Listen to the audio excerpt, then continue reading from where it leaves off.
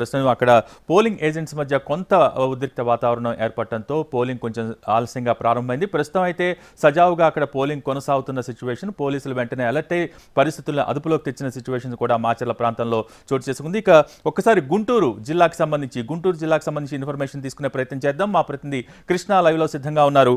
కృష్ణ, ప్రస్తుతం గుంటూరు జిల్లాకు సంబంధించి ఏంటి సిచ్యువేషన్, అక్కడ పోలింగ్ ఏ విధంగా కొనసాగుతోంది? అక్కడ కూడా ఉదయాన్నే చాలా పెద్ద సంఖ్యలో ఓటర్లు పోలింగ్ కేంద్రానికి వస్తున్నారా? ఏంటి సిచ్యువేషన్?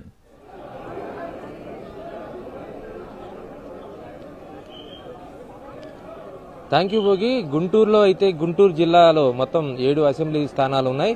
ఈ అసెంబ్లీ స్థానాలతో పాటు పార్లమెంట్ స్థానానికి కూడా ఉదయం 7 గంటల నుంచి పోలింగ్ ప్రారంభమైంది. అయితే మనం ఇక్కడ కానీ చూసుకుంటే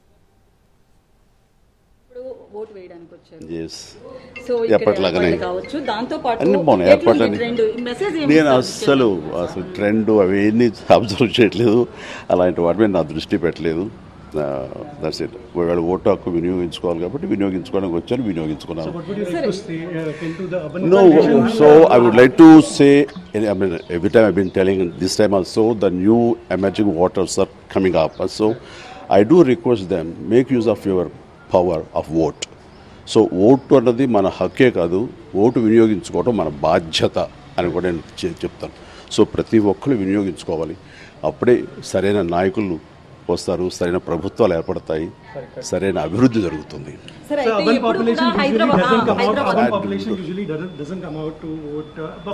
That's the reason people like us, we are requesting and appealing, please do come and make use of your vote power.